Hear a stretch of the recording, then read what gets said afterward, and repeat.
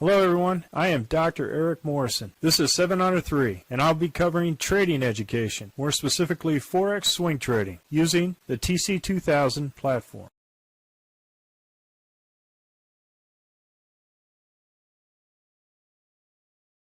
Hello, this is the weekend review for the 20-some Forex currencies on 30 October at 4 p.m. Central Time. And I'm going to start off with the Aussie dollar, Canadian dollar. We had no trade on Sunday, first order, second order, and then we were stopped out for a loss here. Here we had, on the way down, we had one order, two orders, or 1, 2, 3 punch outs. So, Aussie dollar, Swiss franc, we had first order, second order, break even, came back down, did not go for a short, no trades for the rest of the week on the Aussie dollar, Aussie dollar, Japanese yen. We had one order here. We were stopped out. First order, second order, 1, 2, 3 punch out. Good trade. Aussie dollar, New Zealand dollar. We had a first order here, stopped out here on this trade. Did not get back in until this order for a break-even scratch. Aussie dollar, US dollar. I was in this trade. I was below the RL10, so I was out. If we're on a long and the green body does not above the RL10, then we're automatically out. Came back down, 1, 2, 3 punch out. Great trade. So overall profitable that entire week. Canadian dollar, Swiss franc. Sunday we had a first order, second order we were out of this particular trade because it closed above the RL10. Then there's a buy order. We were out at the low of this candle. Came back down, went short. We were out at the Z3. Great trade overall. Hit our target. Great trade. Canadian dollar, Japanese yen. Overall trade, fantastic, phenomenal trade. 1, 2, 3 punch out. Now, what you could do on these types of trades where you have that, you do risk a little bit on the second order. You can either gain the second order when it comes out to right here as a break even. You got the 1, 2 and the break even on the second, and then just follow the stop down, right? So as it continues to go down, as you see here, it would have hit our Z3 target here, or Z3 excursion here, and this would have been a good trade. So there's two types that you can do. You can go in on the first trade at halfway break-even point, stay in, punch out at the third, or a little bit more, break-even plus dinner for 2 on the 2 orders, so you have that profit. You could be out here. It follows the rules, and 1, 2, 3 punch out. Just look at here, 1, 2, 3 punch out. You are going to sacrifice something on one of these trades, right? So you either take some of the profit and hold it until it hits the target, or you do the 1, 2, 3 punch. Swiss franc, Japanese yen, another great trade. We had a 1, 2, 3 and a punch out, then another 1, 2 and a punch out. So good overall trade, profitable trade for Swiss franc, Japanese yen. Euro, Aussie dollar, we had a trade here, and then we were stopped out at break even. Did not get into this trade or trade the rest of the week on Euro, Aussie dollar. Euro, Canadian dollar, no trade on the long. None of it was above the RL10. Came back down. This was a short. Had it the hump of the dragon. Stopped out for a small loss. No additional trades for the rest of the week. Euro, Swiss franc, we had no trade, 1, 2, 3 punch out. Good overall trade. Euro, Japanese yen, no trade, first trade out. Again, you could go ahead and follow this down at least to halfway or break even, or at least one indicator away. As it continues to go down, go to the high of this candle, and as you can see, it eventually hit the Z3 excursion. Right? This is only if you have your previous orders all protect. Can you try this? Because as you can see here, overall on the operational view, this is in formation. So this was an overall great trade. You took a 1, 2, 3 punch out, you're fine. Or if you held it until it hit the Z3 excursion, it would have been fine too. But just make sure that you always protect your profit. You move the stops down at least one indicator away once it's past your initial. Euro, New Zealand dollar, we had first order, second order, and then we punched out. Now if you held it in, here, say first order, second order, and here, that it would have came back and stopped you out. But at least you had your 2 orders to protect. If you used the Z3 excursion for a more conservative target, you would have been stopped out at that particular target, because these all move in in conjunction with each other. So this is regular price action Z3. This is the average of every candle Z3. And this is a more conservative, higher target than this target. Euro US dollar, same thing. Fantastic, phenomenal trade. We had one order, a 1, 2, 3 stop out. If you wanted to, follow it down, as long as you got that order protected, that's fine.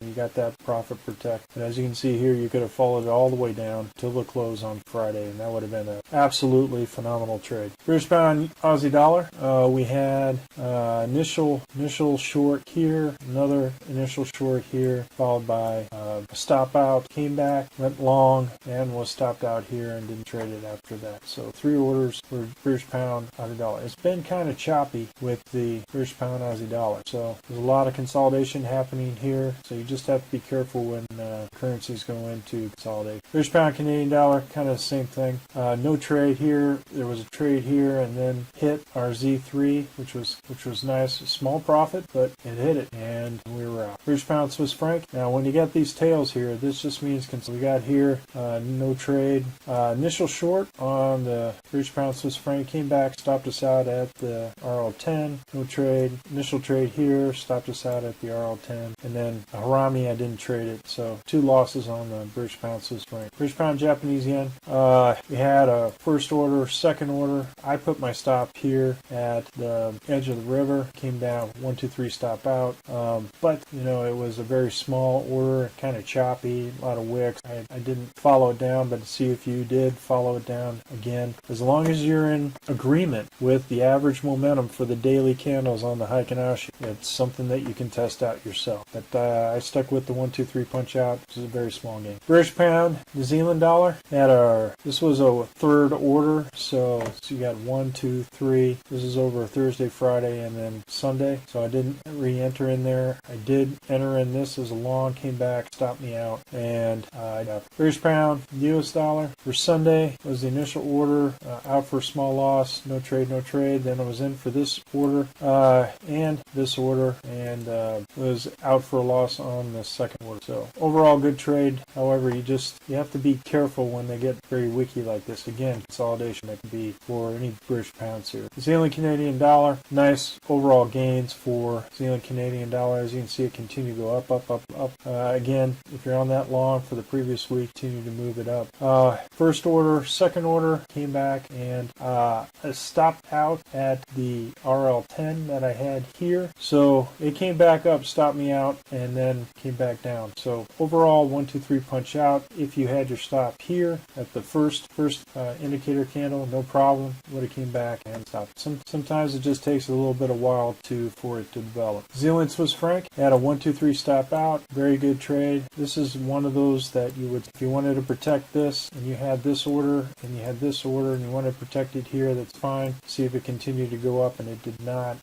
Still, both are great trades. This did not trigger a trade, so it wasn't traded for the rest of the week. Zealand Japanese yen. This was all part of the previous week, so I didn't trade this. This red candle is above the RL10. First indicator candle, second for a 1, 2, 3 punch out. Very good trade. Zealand US dollar, again, no trade here or here, below the RL10. First order, second order, came back, and it was a good 1, 2, 3 punch. US Canadian dollar, we had first order. I put my stop here at the bottom here for a 1, 2, 3 punch out. However, again, if you held it in for a little while longer, this is kind of hard to do because of the fact that it comes down all the way here and then here. You would have to move your stop here to here and then wait and see if this is the case. But anything above this hammer, this could have been a tweezer when it came back down, so I just decided to get out. But as you can see here, continue to go, and you just would follow either the RL10 or the edge of that candle. US dollar Swiss franc, fantastic trade. We had a 1, 2, 3 punch out. Again, if you would have followed up, it still would have had a nice gain throughout. So looks like it went from fall to winter to spring. So fantastic trade. US dollar Japanese yen, no trade. Red candle, green candle, red candle, no trade. This was the initial order for the trade with the stop here at the height of this candle. If you used the Z3 at the Heikin-Ashi for a conservative one, you would have been stopped out here.